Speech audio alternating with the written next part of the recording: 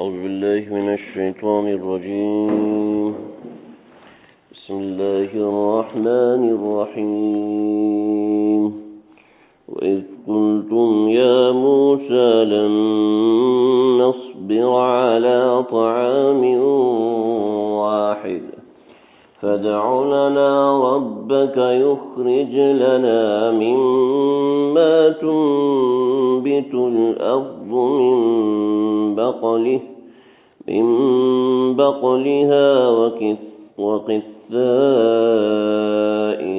وفومها وعدسها وبصلها قال أتستبدلون الذي هو أدنى بالذي هو خير اهبطوا مصرا فإن لكم ما سألتم وضربت عليهم الذلة والمسكنة وباءوا بغضب من الله ذلكم بأنهم كانوا يكفرون بآيات الله ويقتلون النبيين بغير حق ذلك بما عصوا وكانوا يعتدون. صدق اللہ العظیم.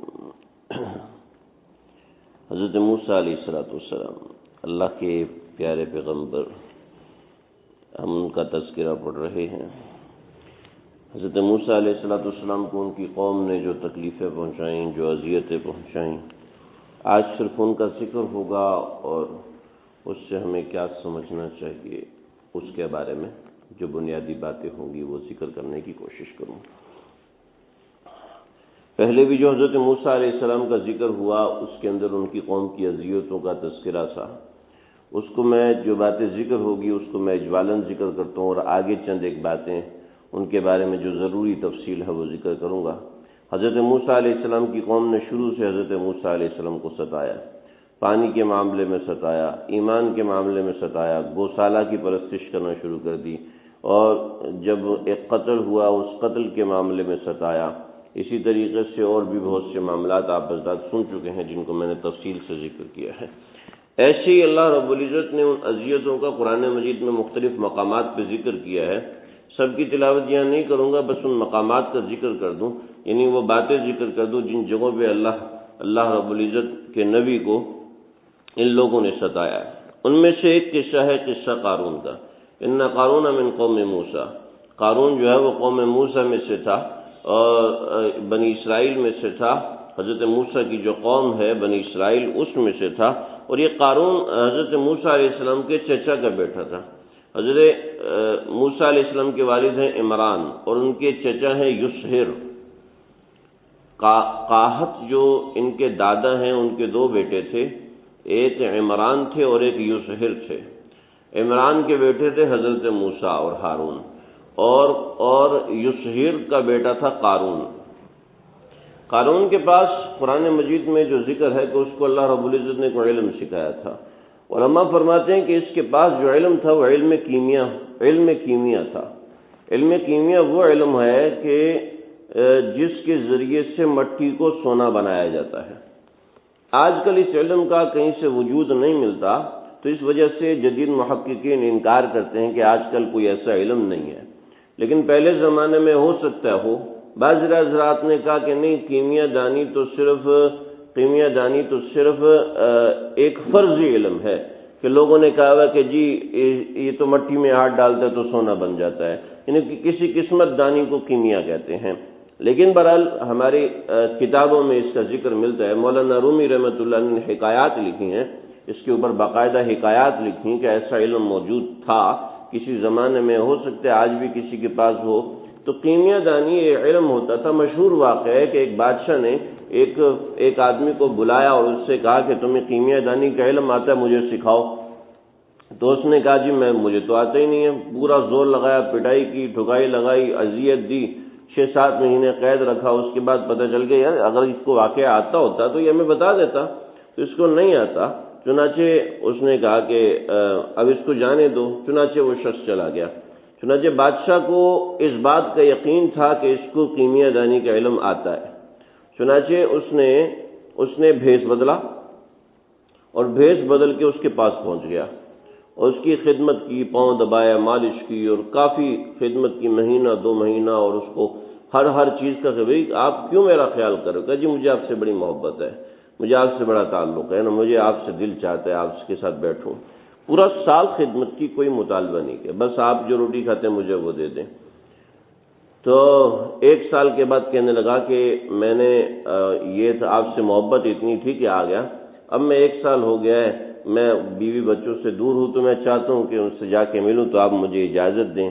تو کہنے لگے تم کرتے کیا ہوگا؟ کچھ بھی نہیں، بے روزگار آدمی ہوں، غریب آدمی ہوں۔ کہ ٹھیک ہے آ جانا، صبح چلے جانا، رات کو میں تمہیں ایک علم سکھاؤں گا جس کو کیمیا دانی کہتے ہیں، اور سونا بنانے کا علم۔ اچھا، کہ مجھے نہیں سیکھنا، بس میں تو ایسے ہی ٹھیک ہوں، مجھے تو بس آپ سے تعلق رکھنا ہے، محبت کرنی۔ نہیں، تو وہاں جاؤ گے تمہیں کھانے پہ تھوڑا سا سونا بنا لینا، یہ ایسا کر لینا وغیرہ وغیرہ۔ تو زبردستی اس نے بادشاہ کو وہ علم سکھایا۔ اگلے دن بادشاہ دربار میں گیا، اس کو قرندے پکڑ کے لے گئے۔ کہ تو بہت پکا تھا، تو نے کہا علم مجھے نہیں آتا؟ کہ نہیں آتا۔ کہ کل تو نے ایک شخص کو سکھایا ہے۔ کس کو سکھایا؟ ایسی بات کہ مجھے سکھایا۔ بادشاہ سلامت، اگر آپ ہی نے سیکھا نا تو ایک بات اور سیکھ لو، کچھ بھی سیکھنا ہے تو پاؤں دبا کے سیکھا جا سکتا ہے، خدمت کر کے سیکھا جا سکتا ہے، ایسے نہیں سیکھا جا سکتا۔ ناک رگڑنی پڑتی ہے، خود کو کھپانا پڑتا ہے، محنت کرنی پڑتی ہے، تب آدمی سیکھتا ہے، ورنہ ایسے نہیں سیکھ پاتا۔ اللہ، تو ایسی حکایات لکھی ہیں۔ ایسے ہی ہمارے بہت بڑے بزرگ شاہ عبد القدوس گنگوہی رحمۃ اللہ علیہ اکابرین میں سے ہیں۔ بھائی آپ لوگ ایسا کریں، وہ والی چٹائی اٹھا کے زیادہ کرتے ہیں نا، تو ٹھنڈک ہو رہی ہے، لوگ تو اتنے زیادہ ہوتے نہیں کہ وہاں تک جائیں۔ آپ تو مجاہد آدمی حضرت، یہ بیٹھ کر لیں، مجھے تسلی ہو جائے گی۔ ہاں بس ٹھیک۔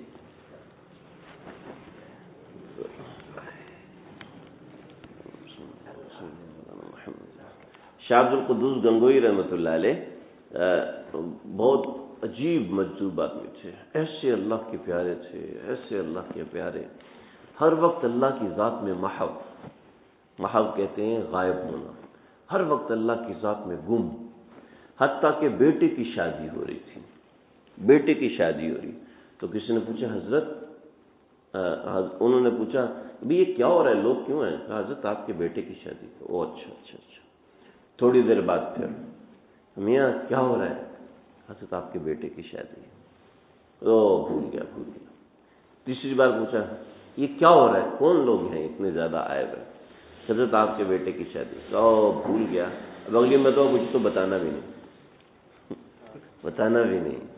شاہ عبد الغنی پھولپوری رحمۃ اللہ علیہ تجلیات الہیہ میں ایسے مستغرق ہوتے، فرمایا کہ ایک دن ان کے کوئی ساتھی تھے، پیر بھائی، انہوں نے کسی چیز پہ دستخط کرانے تھے، تو حضرت سے کہا دستخط کیجئے۔ فرمایا مجھے بتاؤ میرا نام کیا ہے؟ حضرت آپ مذاق کر رہے ہیں؟ کہ مجھے بتاؤ میرا نام کیا ہے؟ حضرت آپ پھر غصے میں فرمایا بتاتے ہو کہ نہیں بتاتے، میرا نام کیا ہے؟ حضرت آپ کا نام عبد الغنی۔ جلدی سے عبد الغنی لکھا، تب بھاگے۔ تو ایسے اللہ کے ولی ہوتے ہیں جو اللہ کی ذات میں ایسے مستغرق ہوتے ہیں، اور جو سوانح نگار نے لکھی ہے، فرمایا مجھے حیرت ہوتی تھی یہ کیسے اپنا نام کیسے بھول گئے۔ تو فرمایا کہ جب اپنے ساتھ یہ حالت بیتی تو پھر سمجھ میں آیا کہ ایسا بھی ہوتا ہے، انسان اپنی ذات کو ہی بھول کے اللہ کی ذات میں ایسا مگن ہو جاتا۔ ارے اور کیا کہنا ہے، یہاں لوگ فیس بک میں لگ کے بھول جاتے ہیں دفتر بھی جانا ہے، یوٹیوب میں لگ کے بھول جاتے ہیں کہ صبح اٹھنا بھی ہے، بچوں کو ناشتہ بھی دینا ہے جی، صبح دفتر بھی جانا ہے، فیس بک میں یوٹیوب میں لگ کے بھول جاتے ہیں، تو کوئی اللہ کی ذات میں لگ کے نہیں بھول سکتا میں کون ہوں، کہاں سے ہوں؟ کبھی ہماری راتیں گھر کے کاموں میں مشغول ہو کے تاخیر سے ہو جاتی ہیں، کبھی ایسا بھی تو ہونا کہ نماز میں کھڑے ہو جائیں اور تاخیر ہو جائے پتہ ہی نہ چلے۔ یہ دنیا کی محبت، گھر کی محبت تو اتنی ہے کہ ہم بھول جاتے ہیں کہ اگلا بھی کوئی دن آنا ہے، کوئی اور کام بھی ہے، لیکن اللہ کی محبت کبھی ایسی ہو جائے نا، ایسی دل میں مستغرق ہو جائے۔ تو شاہ عبد القدوس گنگوئی رحمۃ اللہ علیہ، ان کے ساتھ 4-5 لوگ رہنے لگے۔ کہیں یہ کیوں یہاں پہ رہتے ہیں؟ کہ حضرت بات یہ ہے کہ آپ جب وضو فرماتے ہیں تو آپ کے وضو کا جو پانی جس مٹی پہ گرتا ہے اس مٹی سے یہ لوگ کیمیا بناتے ہیں اور اس کیمیا سے سونا بنتا ہے، اس مٹی سے کیمیا دانی کرتے ہیں جس سے سونا بنتا ہے۔ اللہ اکبر۔ تو قارون کے بارے میں روایتوں میں آتا ہے کہ وہ کیمیا دانی جانتا تھا اور اس کیمیا دانی کی وجہ سے اس نے اتنا سونا بنایا تھا، اس کے پاس اتنے زیورات تھے کہ اس کے زیورات کو کتابوں میں لکھا ہے، قرآن مجید میں ہے کہ ایک جماعت تھی جو اس کی کنجیوں کو اٹھایا کرتی تھی، یعنی خزانے اتنے تھے کہ ایک جماعت پوری مل کے اس کی کنجیوں کی حفاظت کرتی تھی، اتنی کنجیاں تھیں، اتنی چابیاں تھیں۔ اور چلو دولت ہونا یہ کوئی بری بات نہیں ہے، ایک اللہ والے کے پاس دولت بہت زیادہ تھی، اللہ کے نبی نے تو غریبی اختیار کی، آگے کئی صحابہ ایسے ہیں جنہوں نے غریبی اختیار کی۔ تو ایک ٹرینڈ تھا، جو اللہ والے ہوتے ہیں وہ دنیا سے بے رغبت ہوتے ہیں۔ تو بے رغبت ہونے کا یہ معنی عام طور پہ لیا جاتا ہے کہ ان کے پاس ہوتی نہیں ہے، بے رغبت ہونے کا یہ معنی نہیں ہے کہ ان کے پاس ہوتی نہیں ہے۔ جیسے ایک طالب علم کسی اللہ والے کے پاس گیا، دیکھا کہ بہت دولت ہے، ریل پیل ہے، تو دل ہی دل میں ایک مصرع پڑا، نمر دانست کی دنیا دوست دارت، نمر دانست کی دنیا دوست دارت، کہ وہ آدمی اللہ والا نہیں ہو سکتا جس کی دنیا دوست ہو، یعنی ریل پیل، پیسے کی، مال و دولت کی ریل پیل۔ چلے گئے، رات کو خواب دیکھا کہ میدان محشر ہے اور قرض دار پیچھے لگے ہوئے ہیں، اے اللہ جی اس نے ہمارا قرضہ دینا تھا، طالب علم نے دیا نہیں ہے۔ تو وہ مالدار اللہ والے گھوڑے پہ آتے ہیں اور گھوڑے پہ آ کے اس کا قرضہ ادا کرتے ہیں اور کہتے ہیں جاؤ جنت میں، طالب علم کو، فقیر کو تنگ نہیں کرتے۔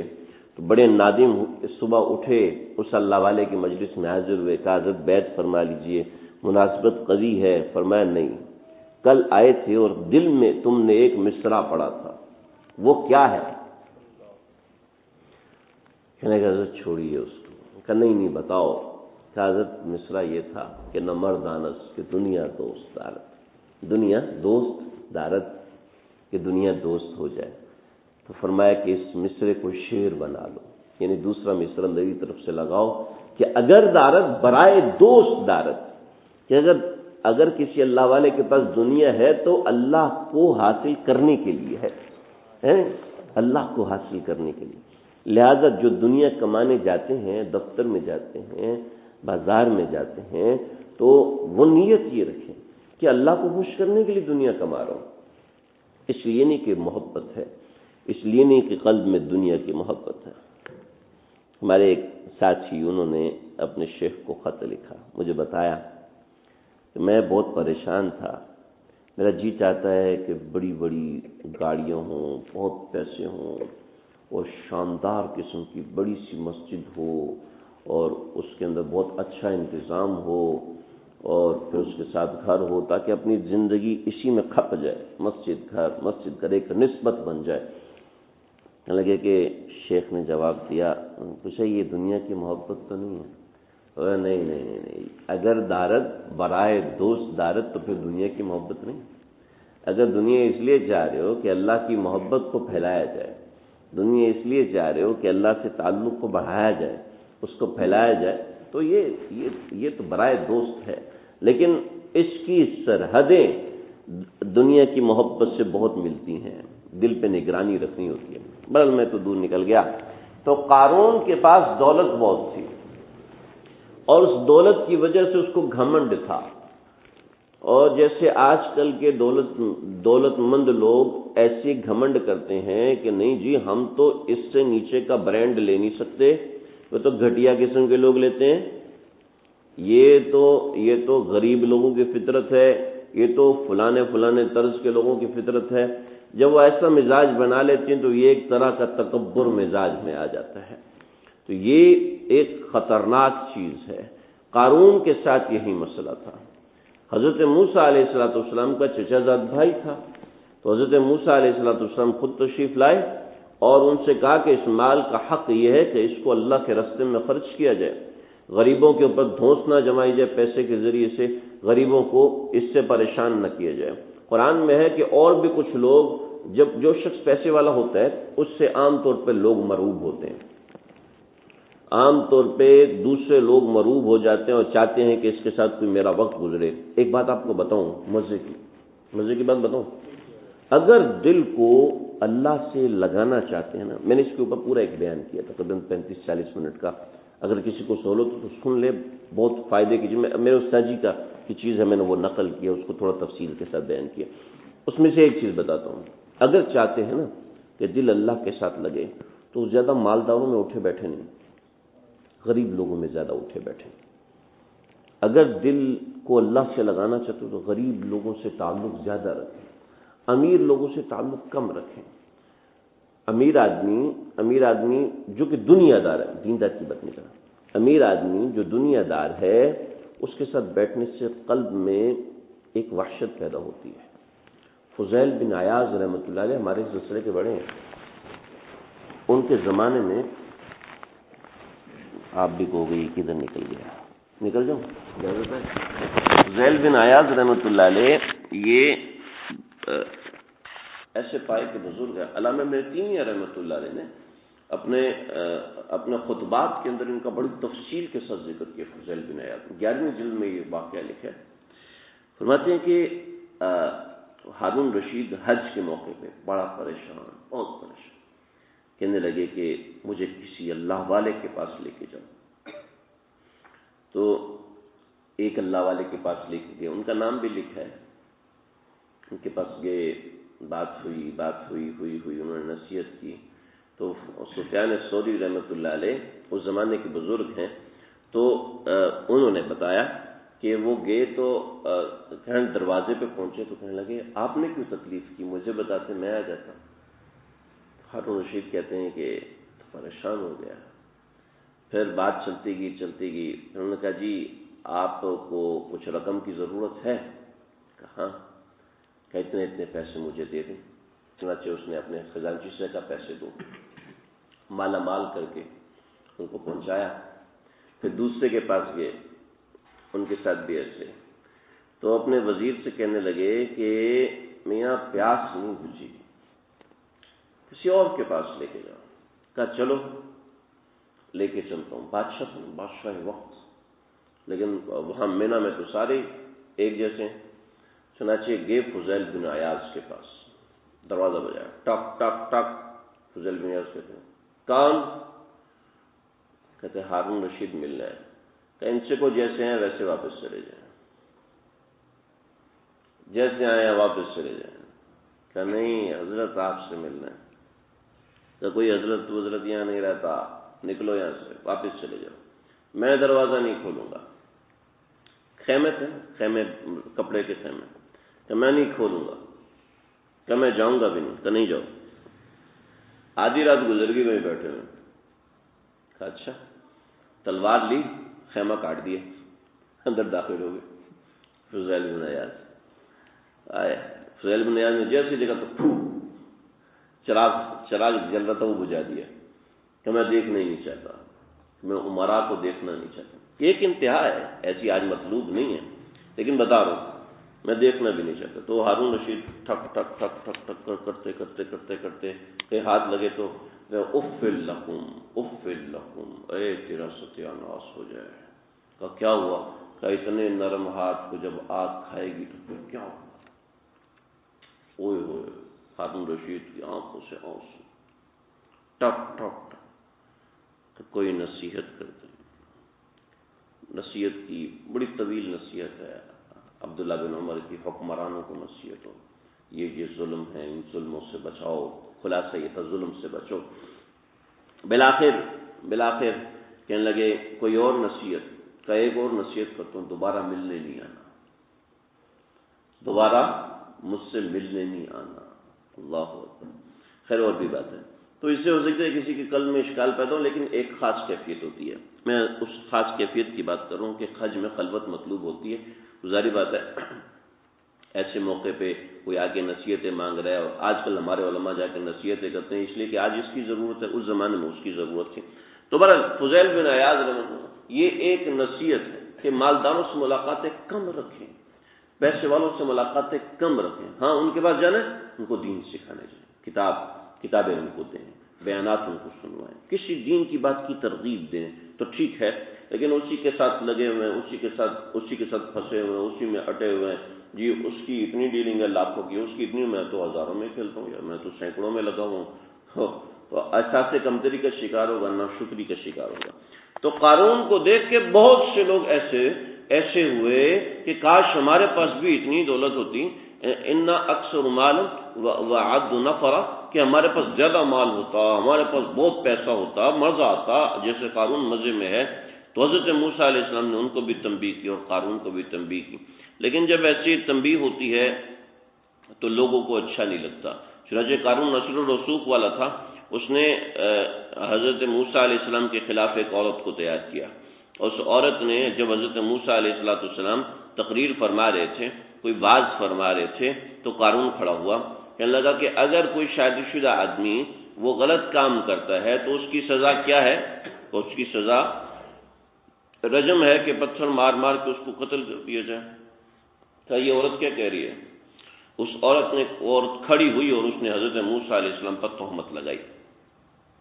حضرت موسیٰ علیہ السلام نے جب سنا تو دوبارہ متوجہ فرمایا، کیا کہتی ہو؟ حضرت موسیٰ کا جلال، حضرت موسیٰ کا کمال. میں نے اپنے اکابر علماء کو دیکھا ہے، جب ان کے سامنے دوسرے بھیگی بلی بن جاتے ہیں، بالکل ہڈی پسلی برابر، چھوٹا سا جسم ہے، چھوٹا سا قد ہے، لیکن بڑے بڑے سورما ان کے سامنے کچھ ایسے روب اللہ نے ڈالا. میں سوچتا ہوں حضرت موسیٰ کا روب کیسا ہوگا. مجھے آج تک یاد ہے مسجد نبوی میں حیدرآباد کے ایک بزرگ تشریف لائے، تو میں ان کے پاس گیا تو میں نے ان سے عرض کیا، السلام علیکم حضرت، کیا اس آواز میں مربت کی؟ تو انہوں نے کہا بکواس بند کرو. ان کی آواز کم تھی لیکن اس میں روب ایسا تھا کہ آج تک بکواس بند کرو، گستاخ، مسجد نبوی میں اتنا اونچا بات کرتا ہے. چپ. میں اس کے بعد بات نہیں کر سکا، یعنی ان کے الفاظ کا روب اتنا ہے، ایسا روب تھا میری حالت خراب ہوئی. حالانکہ میں نہیں صرف نام سنا ہوا تھا، بزرگ ہیں، میں نے کہا چلو جا کے دعا کرا تو اللہ نے ہمارے اکابرین کو ایسا روب دیا ہے. تو حضرت موسیٰ علیہ السلام کا کیا مقام ہوگا؟ اور اس کے سامنے وہ عورت جو حضرت موسیٰ کے خلاف کھڑی ہے، تو کہنے لگے حضرت مجھے معاف کر دیں، مجھے تو قارون نے پیسے دیے تھے آپ پر تہمت لگانے کے لیے. تو حضرت موسیٰ علیہ السلام وہیں سجدے میں گرے، اللہ سے کہا، اے اللہ اب میں کیا کروں؟ اللہ رب العزت نے فرمایا، موسیٰ زمین تیری ماتحت ہے، جو تو اس کو حکم دے گا وہ تیری بات قبول ہوگی.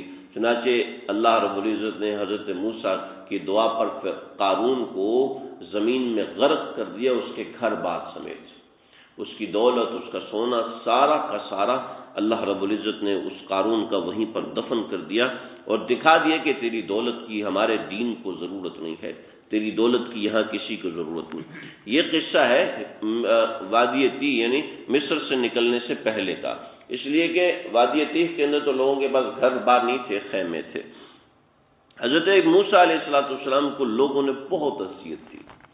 ایک تو یہ قارون نے اذیت دی، ایسی حضرت موسیٰ علیہ السلام کو ایسی اذیت دی کہ حضرت موسیٰ علیہ السلام لوگوں کے درمیان برہنہ ہو کر نہیں نہاتے تھے. سمجھے برہنہ ہو کر، سمجھتے نا؟ تو حضرت موسیٰ برہنہ ہو کر نہیں نہاتے تھے، اور وہاں رواج تھا عام طور پہ برہنہ ہو کے نہانے کا، سب لوگ ایسے ہی نہاتے تھے. تو لوگوں نے حضرت موسیٰ علیہ السلام کے اوپر طرح طرح کے الزامات لگانا شروع کر دیے، اور ایک الزام یہ لگایا کہ ان کے جسم پر برس کے داغ ہیں، اور ایک الزام بہت ہی گھنونا لگایا جو میں زبان سے نہیں ادا کر سکتا ہوں. تو بہرحال آپ حضرات سمجھ سکتے ہیں. تو حضرت موسیٰ علیہ السلام پر ایسا گھنونا الزام لگایا.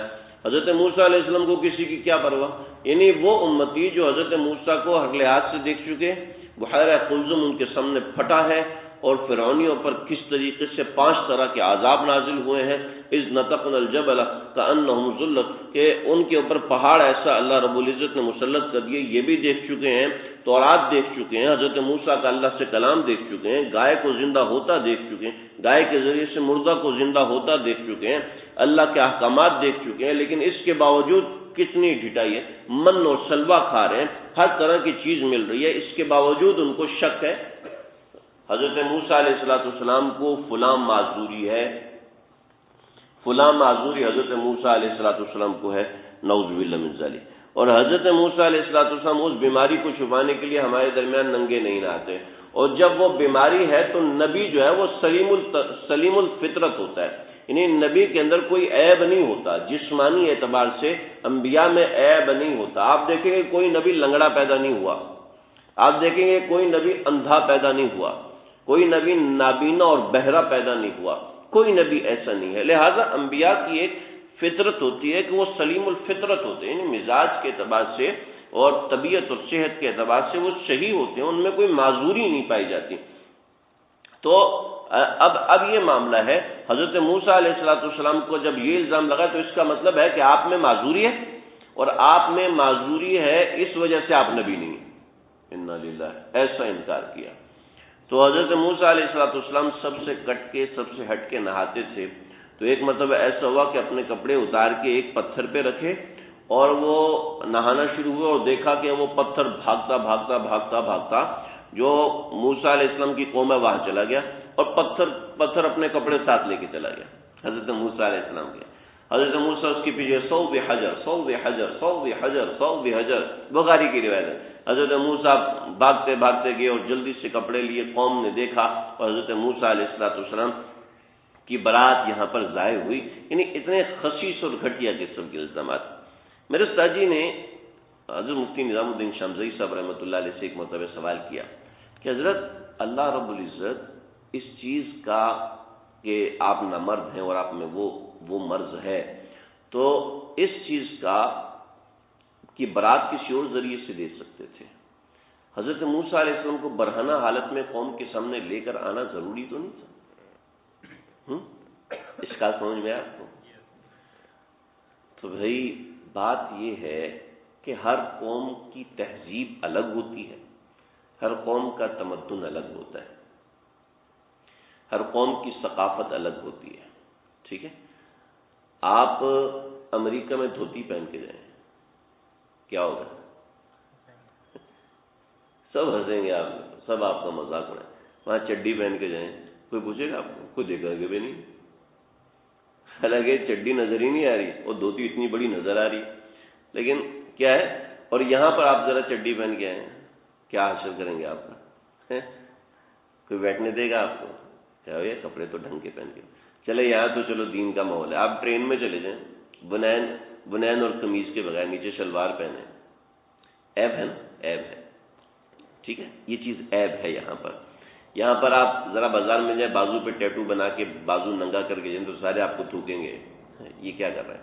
اور امریکہ میں جائیں، سارے خوش ہوں گے، واہ واہ واہ، یہ بڑا وہ ہے، بڑا یہ ہے، بڑا ایسا ہے۔ ہر چیز کا ایک ٹرینڈ ہوتا ہے، ٹھیک ہے؟ اور وہ ٹرینڈ اس زمانے کا شرم و حیا نہیں دیکھتا، چنانچہ یہ ہماری شریعت کے اعتبار سے شرم و حیا کی بات ہے، اس زمانے کے اعتبار سے کوئی شرم و حیا کی بات نہیں ہے، لہذا سادہ سا طریقہ ہے وہ اللہ رب العزت نے کیا، لہذا کوئی اشکال کی بات نہیں ہے۔ سمجھ رہے میری بات؟ آج کے زمانے کے اعتبار سے تو اشکال ہو سکتا ہے، لیکن اس زمانے کے اعتبار سے اشکال نہیں ہو سکتا کہ اس میں حضرت موسیٰ کی کوئی بے عزتی نہیں ہے، لیکن حضرت موسیٰ علیہ السلام نے پتھر کی اس گستاخی پر پتھر کو ڈنڈے سے پٹائی کی، اور پتھر اتنا فرما بردار تھا کہ ان ڈنڈے کی ضربیں اپنے اوپر برداشت کی، اور حدیث میں آتا ہے کہ وہ پتھر حضرت موسیٰ کے ساتھ جنت میں جائے گا۔ یہ دیکھو اللہ والوں کی نسبت کتنی بڑی ہے، کہ جو اللہ والوں کی طرف نسبت ہو جاتی ہے نا، تو انسان تو کیا ہے، اللہ نے جانور کو بھی جنتی بنا دیا۔ جیسے حضرت صالح علیہ السلام کی اونٹنی جنت میں جائے گی، آپ صلی اللہ علیہ وسلم کی اونٹنی قصوہ جنت میں جائے گی، اور حضرت ابراہیم علیہ السلام نے وہ جو ذبح کیا تھا چھترا یا بھیڑ یا دمبا وہ بھی جنت میں جائے گا ہے جی. اور کیا بتاؤ، جانور تو جانور ہے. حالانکہ جن پتھروں کی، جس بے جان چیز کی نسبت اللہ کی طرف ہو، اللہ والوں کی طرف ہوگی، اللہ نے ان کو بھی جنتی بنا دیا. جیسے حجر اسود جنت میں جائے گا، حضرت موسیٰ کا عصا جنت میں جائے گا. اچھی بات ہے جی. کلبہم باسط ذراعیہ بالوصید، اصحاب کہف کا کتا وہ بھی جنت میں جائے گا. اللہ والوں کی طرف نسبت جس چیز کی ہو جاتی ہے. تو علامہ سیوطی رحمۃ اللہ نے جانوروں کا لکھا ہے، لیکن میرے دل میں یہ بات آئی کہ جانور تو جانور، اللہ نے پتھروں کو بھی جنتی بنایا. ایسی حضرت موسیٰ علیہ السلام کا پتھر ہے.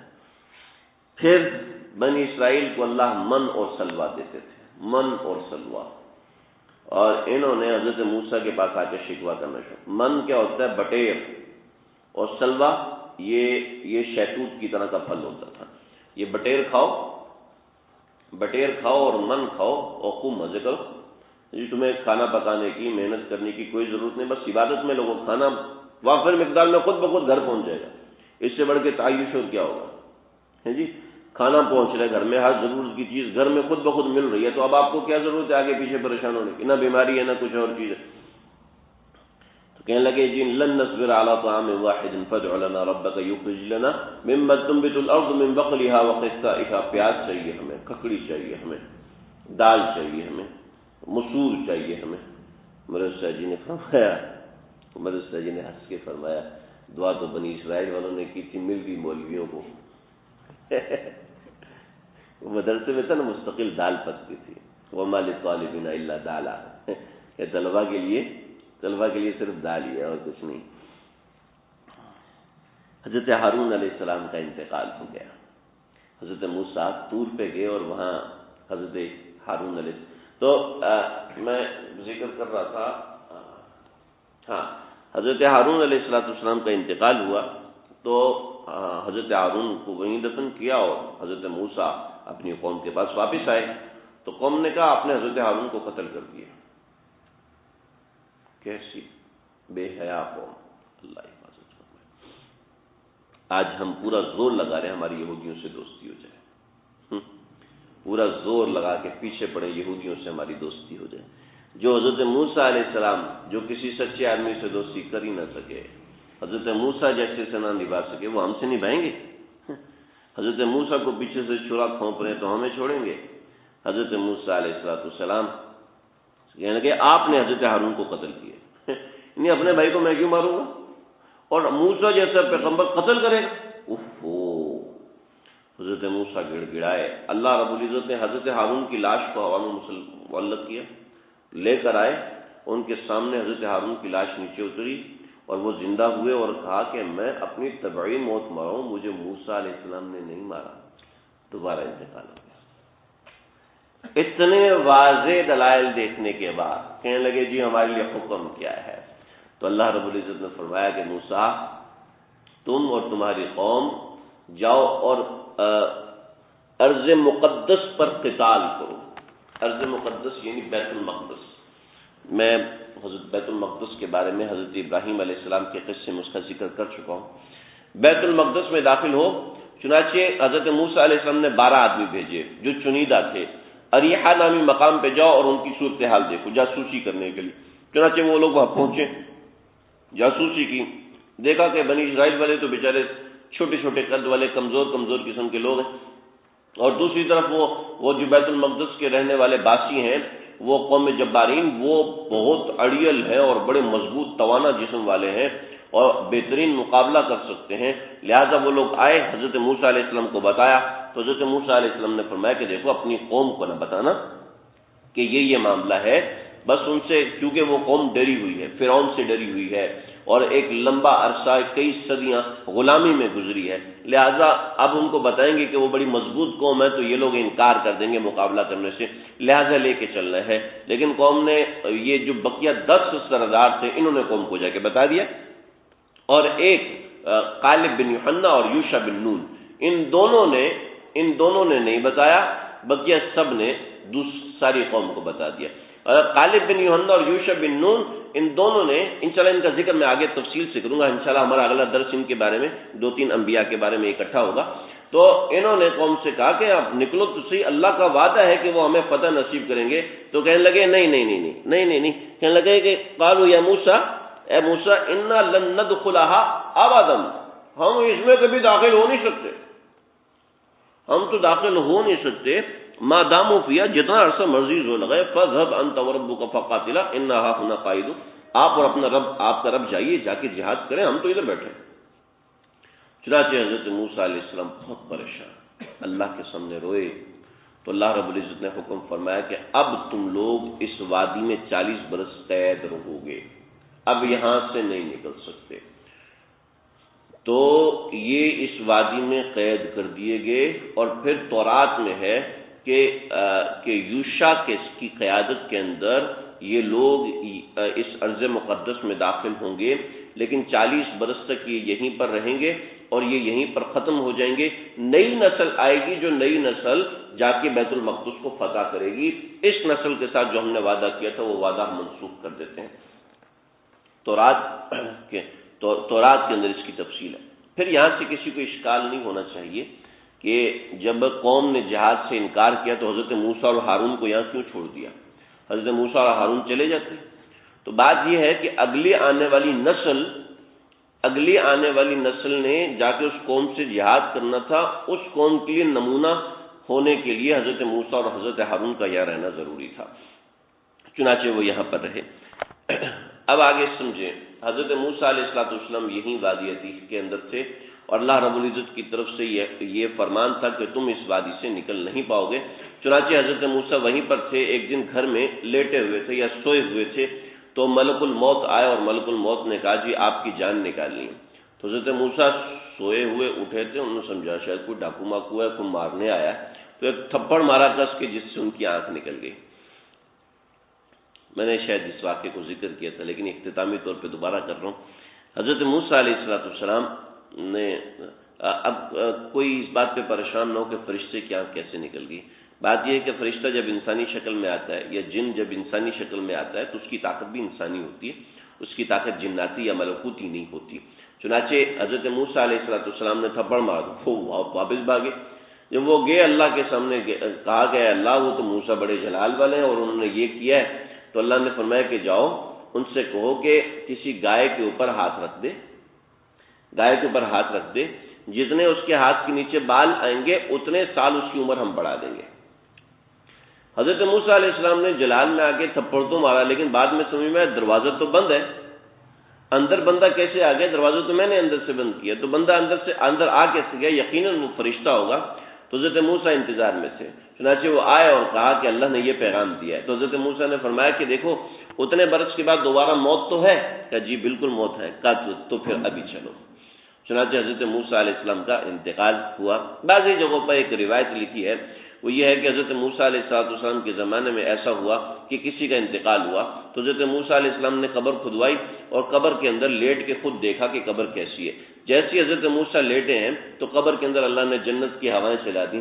جو اس عالم کو دیکھ لے تو دوبارہ اس عالم کو دیکھنے کا دل نہیں کر سکتا، دل کر ہی نہیں سکتا۔ چنانچہ اللہ رب العزت کے حکم پر حضرت موسیٰ علیہ السلام کی جان یہاں قبض ہوئی، تو حضرت موسیٰ کا یہاں انتقال ہوا۔ حضرت موسیٰ علیہ السلام کی قبر کے بارے میں 2-3 رائے آج کے زمانے میں پائی جاتی ہیں، لیکن نبی کریم صلی اللہ علیہ وسلم نے فرمایا کہ میں آج بھی حضرت موسیٰ علیہ السلام کی قبر پہ اگر کوئی مجھے لے جائے تو میں پہچان لوں گا کہ ان کی قبر کہاں پر ہے۔ عند کثیب الاحمر، کہ ایک سرخ رنگ کا ٹیلا ہے، اس کے پاس حضرت موسیٰ علیہ السلام کی قبر ہے۔ فرمایا کہ میں حج پہ جا رہا تھا تو میں نے دیکھا کہ میں نے ان کو دیکھا کہ قائم یصلی، کہ وہ کھڑے ہوئے اور نماز پڑھ رہے ہیں۔ اور پھر جب میں منی پہنچا تو میں نے دیکھا کہ حضرت موسیٰ احرام باندھے میرے ساتھ حج کرنے کے لیے آئے ہوئے۔ تو یہ حضرت موسیٰ علیہ السلام کی زندگی کی چند باتیں ہم نے پڑھی۔ حضرت موسیٰ کے زمانے کے سارے لوگ نافرمان نہیں تھے، کچھ فرما بردار بھی تھے، جیسے یوشع بن نون اور غالب بن یوحنا، اور بھی کچھ لوگ ہوں گے لیکن ان کا ذکر ہے۔ حضرت موسیٰ علیہ السلام کی کچھ دعائیں ہیں، میں بطور نمونہ پڑھتا ہوں، کافی ساری دعائیں ہیں حضرت موسیٰ علیہ السلام نے اللہ سے کی تھی، جس کے اندر اس امت محمدیہ کی شان تھی۔ حضرت قتادہ فرماتے ہیں کہ حضرت موسیٰ نے عرض کیا کہ پروردگار، میں تورات کی تختیوں میں پاتا ہوں کہ ایک ایسی امت آئے گی جو بہترین امت ہوگی، جو لوگوں کی بھلائی کے لیے نکلے گی اور عمل بالمعروف اور نہی عن المنکر کرے گی، بس اے پروردگار اس امت کو میری امت بنا دیجیے۔ تو اللہ نے فرمایا کہ وہ تو احمد کی امت ہے۔ حضرت موسیٰ نے دوبارہ عرض کیا، اے اللہ میں نے تورات کی تختیوں میں پایا ہے کہ ایک امت جو مخلوق میں سب سے آخر آئے گی لیکن جنت میں سب سے پہلے جائے گی، تو اے اللہ ان کو میری امت بنا دیجیے۔ فرمایا کہ وہ محمد صلی اللہ علیہ وسلم کی امت ہے۔ دیکھ رہے ہیں اللہ کے نبی کے ہمارے اوپر کیسے احسان۔ حضرت موسیٰ نے پھر عرض کیا کہ تورات کی تختیوں میں ایسی امت پاتا ہوں جن کی کتاب ان کے سینوں میں محفوظ ہوگی اور وہ اپنی کتاب کو زبانی پڑھیں گے۔ پہلی امتوں کے لوگ اپنی اپنی کتاب کو دیکھ کر ہی پڑھ سکتے تھے، حتیٰ کہ جب وہ کتاب اٹھا کر دیکھ لیتے تو پھر ان کو کچھ یاد نہ رہتا کہ کچھ پتہ ہی نہ تھا۔ تو اللہ نے اس امت کو اس قدر قوی حافظہ عطا فرمایا ہوگا جو پہلے کسی امت کو نہیں ملے گا۔ تو حضرت موسیٰ نے عرض کیا کہ میری امت بنائیے، آپ نے فرمایا وہ تو امت محمدیہ صلی اللہ علیہ وسلم ہے۔ پھر عرض کیا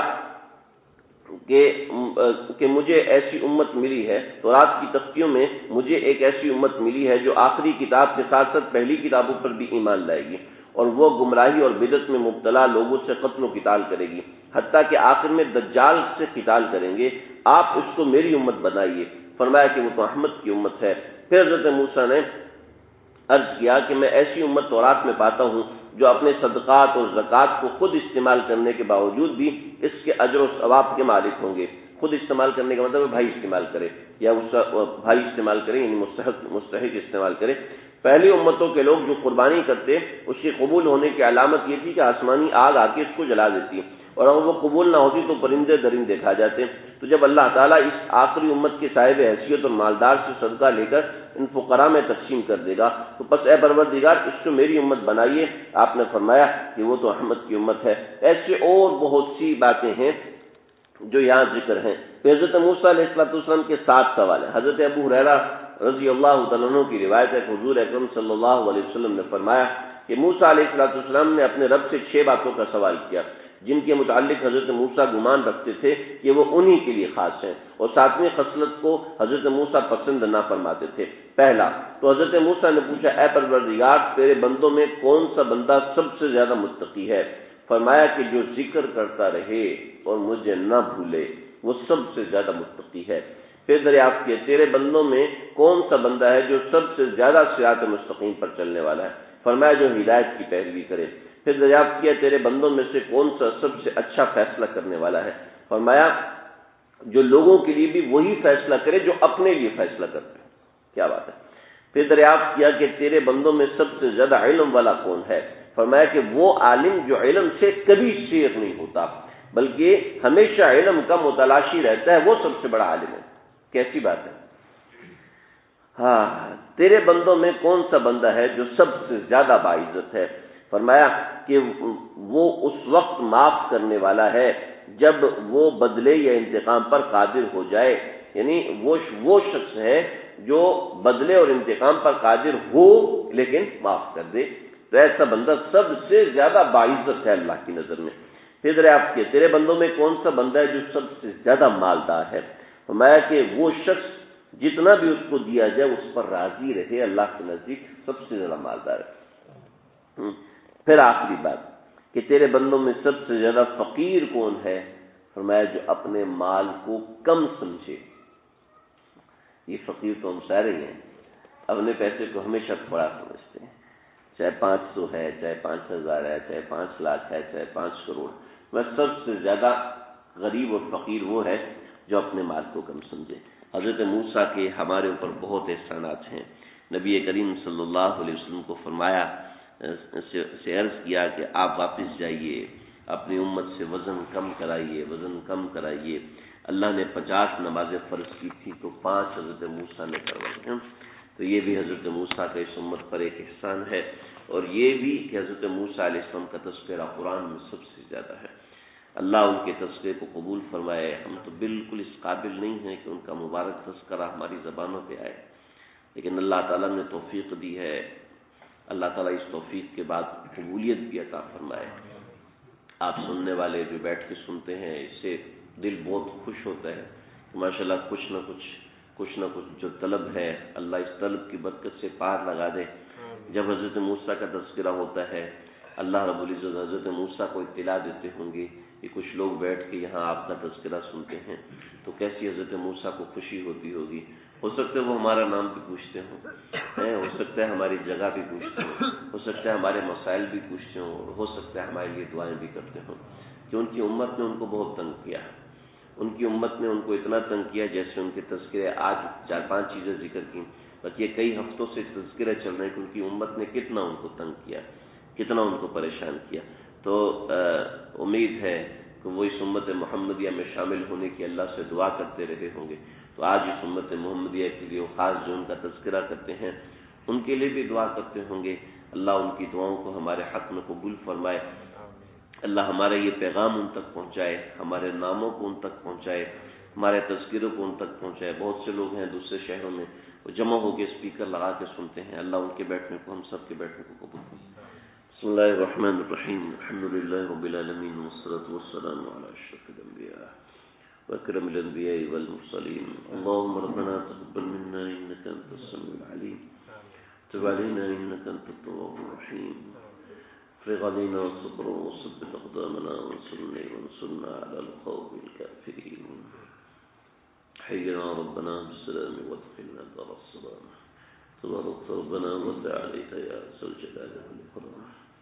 اللہ جو کہا ہے سنا ہے، کہنے والا سننے والے سب محتاج ہیں، اے اللہ ہم سب کی بگڑی بنا دیجیے، اللہ ہم سب کی بگڑی بنا دیجیے، ہم سب کو اپنے پیار کے قابل بنا دیجیے، اپنے محبت کے قابل بنا دیجیے، اپنے تعلق کے قابل بنا دیجیے، ہمارے اعمال کو اپنی بارگاہ میں شرف قبولیت عطا فرمائیے، اگرچہ یہ بالکل اس قابل نہیں ہے قبول ہو جائیں، لیکن اے اللہ ہم بھی تو پینٹ کر کے کسی چیز کو نیا بنا دیتے ہیں، آپ اس کے اوپر قبولیت کی مہر لگا کے قبول فرما لیں، آپ اس کے اوپر قبولیت کی کوئی چیز چڑھا کے اس کو اپنی بارگاہ میں رکھ لیجیے، ہم نالائکوں کی نالائکیوں کو معاف فرمائیے، ہمیں نالائق سے لائق بنا دیجیے، اے اللہ ہمیں اپنا پیارا بنا دے، ہمیں اپنا دیوانہ بنا دے، ہمیں اپنا مستانہ بنا دے،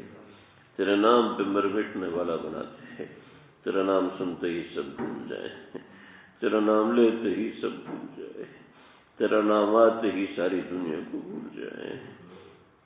اللہ ہم دیکھتے ہیں کسی کو کسی سے محبت ہوتی ہے تو نام آتے ہی دوسری چیزیں بھول جاتے ہیں، تیرے نام سے ایسا عشق ہو جائے، تیرے نام سے ایسی لگن ہو جائے، تیرے نام سے ایسی الفت و محبت ہو جائے کہ اس سے دل چپکا رہے، اس سے جان چپکی رہے، اس سے ہماری ذات کو جوڑ دیجیے، چاہے ہم نہ بھی بننا چاہیں آپ گریبان سے پکڑ کے جوڑ دیجیے، ہمیں گناہوں کی زندگی سے بچائیے، گناہوں کے دلدل سے نکالیے، اللہ گناہوں کی چکی سے بچائیے، اللہ گناہوں کے تقاضوں سے بچائیے، گناہوں کے اثرات سے بچائیے، بے نمازیوں کو نمازی بنائیے، بے نمازیوں کو نمازی بنائیے، جو ذکر نہ کرتے ہوں ذکر کرنے والا بنائیے، جو جماعت چھوڑنے والے ہوں ان کو جماعت والا بنائیے، اے اللہ جو گناہ کرنے والے ہیں ان کو گناہوں سے بچائیے،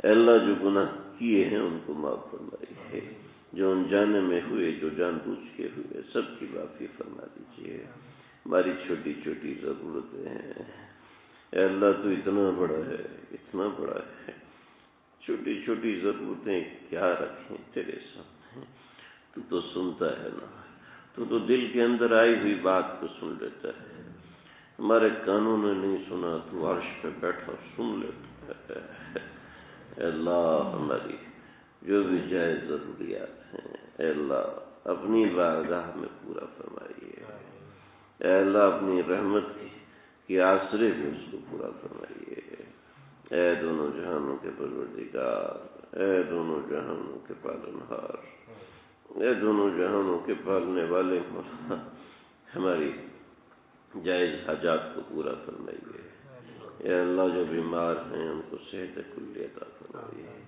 جو گھروں میں ہیں اسپتالوں میں جہاں کہیں بیمار ہیں اے اللہ شفا کاملہ عاجلہ مستمرہ عطا فرمائیے، ہمارے رحمان کے بیٹے عبداللہ حسن کو صحت کاملہ عاجلہ مستمرہ عطا فرمائیے. ہمارے حاصل بھائی کو نرینہ صالح اولاد کی دولت سے نوازی ہے. اے اللہ اور بہت لوگوں نے دعاؤں کہا ہے، اے اللہ ان سب کی حاجات کو پورا فرمائیے، ان سب کی دعاؤں کو پورا فرمائیے. اے اللہ ان کی دلی تمناؤں کو پورا فرمائیے. اللهم ربنا تقبل منا انك انت السميع العليم وتب علينا انك انت التواب الرحيم. وصلى الله تعالى على خير خلقه محمد وآله وصحبه اجمعين. الحمد لله.